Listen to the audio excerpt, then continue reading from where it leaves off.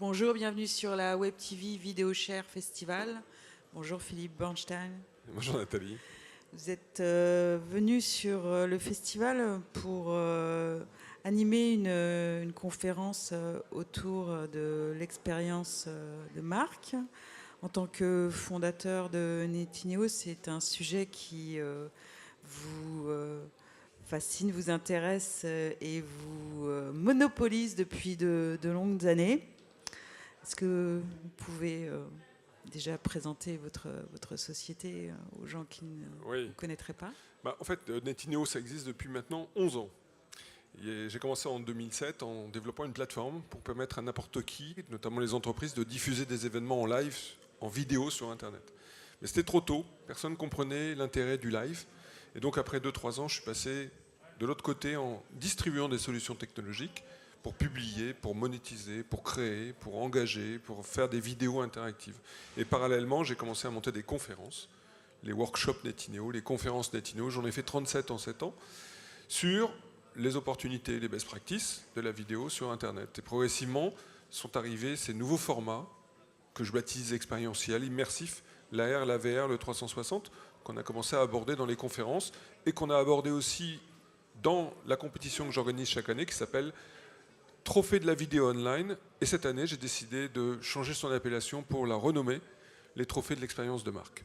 Des trophées qui se dérouleront au mois de juin. Oui, c'est ça, la soirée finale de remise des prix, parce que la compétition est très originale, elle est online, même s'il y a un jury aussi, mais tout est online et la communauté se mobilise pour découvrir les expériences, découvrir les solutions, les projets qui sont présentés par les entreprises et vote. Et ce vote compte dans la note finale. La soirée de remise des prix, la soirée de l'expérience, en fait, c'est le 11 juin prochain à Paris. Voilà, donc l'expérience est devenue effectivement un leitmotiv parce que je considère qu'aujourd'hui, le consommateur a des super pouvoirs. Avec son smartphone, il accède à tout, gratuitement, en tout lieu, à tout moment. Et que finalement, pour se faire sa propre opinion, avoir du libre arbitre, seule l'expérience, c'est-à-dire le vécu, ce qu'on a fait nous-mêmes, nous permet de nous approprier le monde qui nous entoure. Et que la communication telle que nous connaissons, on nous pousse des messages, sont rejetés massivement par le consommateur, par exemple par les adblockers que les utilisateurs mettent en place sur leur ordinateur, sur leur téléphone. Et que le consommateur est à la recherche donc d'expérience et que les marques et les entreprises se doivent de lui fournir cette expérience positive, sans couture, tout au long du parcours, avant, pendant, après la visite en magasin ou l'acte d'achat. Alors, voilà, qu'est-ce qu'une expérience attractive? Une expérience attractive, c'est tout d'abord le respect de la personne, donc la personnalisation du service qu'on va lui rendre, du message qu'on va lui délivrer. Et bien sûr, ce service doit avoir de la valeur ajoutée. Encore mieux, avoir de la chaleur ajoutée. Pour créer cette proximité entre, ici on est dans l'univers de la communication des marques, créer cette proximité entre l'univers de l'entreprise et le consommateur. Et l'objectif est clairement que cette communication proposée par les entreprises devienne désirée par le consommateur, désirée par l'usager, et qu'elle soit plus interruptive, invasive. Alors comment s'y prendre dans un univers où on est justement soumis à une hyper-offre de contenu? Pour réussir à faire que sa communication d'entreprise soit désirée, il faut d'abord la proposer plus que la publier ou la pousser. Donc les publicités interruptives, clairement, ça ne passe plus. Il faut réussir à passer un message, il faut réussir à passer de la valeur, à passer quelque chose. Et aujourd'hui, la vidéo reste le média incontournable pour nous proposer des histoires, pour nous raconter quelque chose, mais des nouveaux formats, dédiés et spécifiquement adaptés à l'Internet, je pense à la VR et surtout à la réalité augmentée, à l'AR, permettent de vivre des expériences. Et finalement, vivre l'expérience dans le contenu, au milieu d'une sphère, sans casque ou avec un casque, puisque la VR impose, on va dire de façon simple, un casque, permettent non seulement d'observer le monde, virtuel ou réel, mais nous permettent de le manipuler, de manipuler des objets, ou encore de nous déplacer dans ce contenu, ou encore de communiquer dans le contenu. Donc ce sont des médias qui finalement, plus que des médias, parce que ce sont d'abord des formats, sont expérientiels. Et en cela, ils délivrent quelque chose que les autres formats, comme la vidéo, l'image, le texte, ne peuvent pas faire. Ils vont au-delà, puisque au-delà de l'observation, on a cette capacité de manipulation, de déplacement et de communication dans le contenu. Donc, leur spécificité à ces nouveaux formats dont tout le monde parle, VR, AR, c'est d'être capable de délivrer une expérience. Aujourd'hui, est-ce que c'est encore possible de trouver un discours qui soit attractif et universel, ou est-ce qu'il faut passer par l'hyper-personnalisation ? Je pense que l'hyper-personnalisation a de grandes vertus, évidemment, parce que d'abord, elle permet de segmenter à qui on va parler, de ne pas s'adresser à la terre entière, sachant que la plupart des gens ne vont pas être intéressés par le message ou le service qu'on va leur proposer.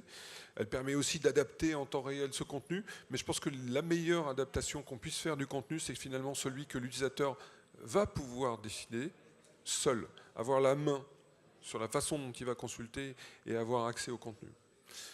C'est ça qui, à mon avis, aujourd'hui fera la différence, plutôt qu'un contenu qui est proposé, même s'il est segmenté, même s'il est personnalisé, même s'il est développé et livré en temps réel, et on le fait même dans la vidéo, avec les technologies de Dynamic Content Optimization. L'expérience souhaitée, c'est de donner la liberté au consommateur de prendre et de faire ce qu'il veut à l'intérieur du contenu. Alors après, est-ce que ces formats sont universels? Est-ce qu'ils peuvent adresser tout et n'importe quoi? Définitivement, ce n'est pas le cas. Je ne crois pas au message universel. Je ne crois pas à cette capacité qu'un contenu puisse être le même pour chacun d'entre nous. Nos besoins, nos aspirations, notre imagination, notre éducation, notre culture est différente. Par contre, trouver des formats, et ils existent aujourd'hui, c'est le début de cette histoire, où l'utilisateur va prendre la main et avoir le pouvoir sur l'histoire, puisque c'est la sienne, c'est celle qu'il va vivre, ça c'est aujourd'hui dans le domaine du possible.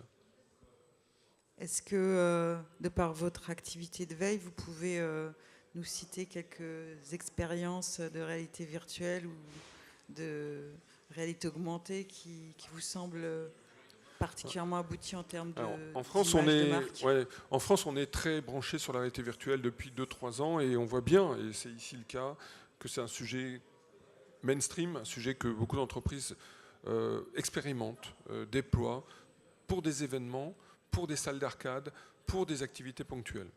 Je ne citerai pas de contenu spécifiquement VR, mais clairement, c'est difficile de raconter une histoire pertinente en VR, puisque c'est l'utilisateur qui va choisir ce qu'il va regarder.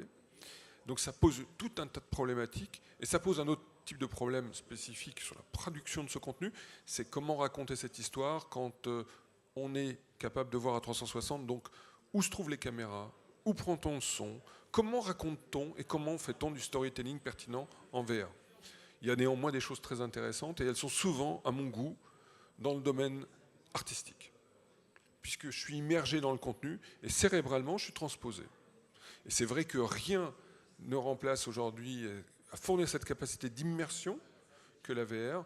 Au-delà de la vision, on a la capacité de toucher, les gants haptiques et des trucs qui commencent à se développer. En AR, alors là, en France, on est vraiment significativement en retard. L'AR est un mot qui est devenu, dont on en parlait depuis une petite année, tout juste en France.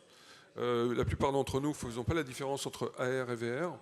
L'AR, c'est reconnaître le monde, c'est utiliser le contexte qui est autour de nous pour lui créer de l'augmentation, pour l'augmenter, pour apporter des contenus digitaux et délivrer des expériences. Aujourd'hui, développé en France, déployé en France, j'ai rien vu d'extraordinaire en AR, dans le sens où on fait de l'augmentation sur du print, avec la reconnaissance d'une image, et on va lancer une vidéo, afficher un texte. Mais ça ne délivre pas de l'expérience. Ça substitue au QR code un autre moyen, puisqu'on va reconnaître l'image. Les véritables expériences AR qu'on voit aux États-Unis, qu'on voit en Angleterre, et là je travaille comme consultant pour une société anglaise qui s'appelle Blipar, délivre une véritable expérience, et cette expérience, au lieu d'être dans un casque, évidemment, elle est sur le smartphone. Et là, on a 6 milliards de personnes qui peuvent y accéder depuis leur smartphone. Et du coup, on a des choses qui sont très bluffantes. Par exemple, reconnaître tout l'univers qui est autour de nous pour lui dire, ben voilà, là je vois un pouf, là je vois une table, là je vois un haut-parleur, là je vois une caméra. D'être capable de les nommer et d'être capable d'accompagner l'utilisateur pour lui dire, ben voilà, plus d'informations. Donc c'est ce qu'on appelle chez Blipar le knowledge graph. C'est bluffant. C'est reconnaître des formes, reconnaître des produits pour afficher de l'information servicielle, un mode d'emploi, une vidéo, un how-to. Ou encore de utiliser la reconnaissance visuelle, donc la capacité du téléphone et cette spécificité sur le visage ou sur les choses, pour créer de la valeur. Par exemple, une application qu'on a faite pour une société américaine consistait à permettre aux femmes de scanner la couleur de leur peau pour leur faire une recommandation sur la bonne couleur de maquillage ou de rouge à lèvres. Donc on voit bien que aujourd'hui les devices, les smartphones, permettent d'apporter ce type de services à haute valeur ajoutée qui font des services irremplaçables, qu'on ne peut pas faire autrement que par le computer vision, l'utilisation de la vision, de l'œil, qui est l'un de nos organes les plus sophistiqués. Et à mon avis, dans les années qui viennent, on va aller de plus en plus sur ce genre de service où on aura soit de la partie artistique, soit une partie très servicielle, très expérientielle, avec un engagement, et là je te garantis que les temps passés par les utilisateurs dans ces expériences se comptent en minutes, se comptent pas en secondes. L'engagement pénètre dans l'univers et joue avec le contenu, manipule, on retrouve dans l'univers de l'entreprise qui cherche à communiquer. Alors après, il y a d'autres domaines comme le e-sport, évidemment, où la réalité augmentée, la réalité virtuelle vont se développer énormément. Puis il y a tous les usages qui existent depuis très longtemps, puisque ce n'est pas des médias si récents que ça. Ça existe depuis 40 ans, et la réalité virtuelle et la réalité augmentée. Mais c'était dans le monde industriel, pour la maintenance, pour la supervision, la simulation. Aujourd'hui, c'est l'héritage de tout ça qui est accessible au plus grand nombre grâce à l'Internet. Merci Philippe. Donc c'est demain. Rendez-vous demain pour demain matin, l'expérience de marque pour les consommateurs et les entreprises. En gros, l'expérience construit la marque et la marque construit l'expérience. C'est un peu le message. Et surtout, donnons-nous rendez-vous dans un an pour faire un point sur les belles expériences de réalité augmentée qui seront présentées sur le VideoShare Festival. Absolument. Merci. Au revoir. Merci.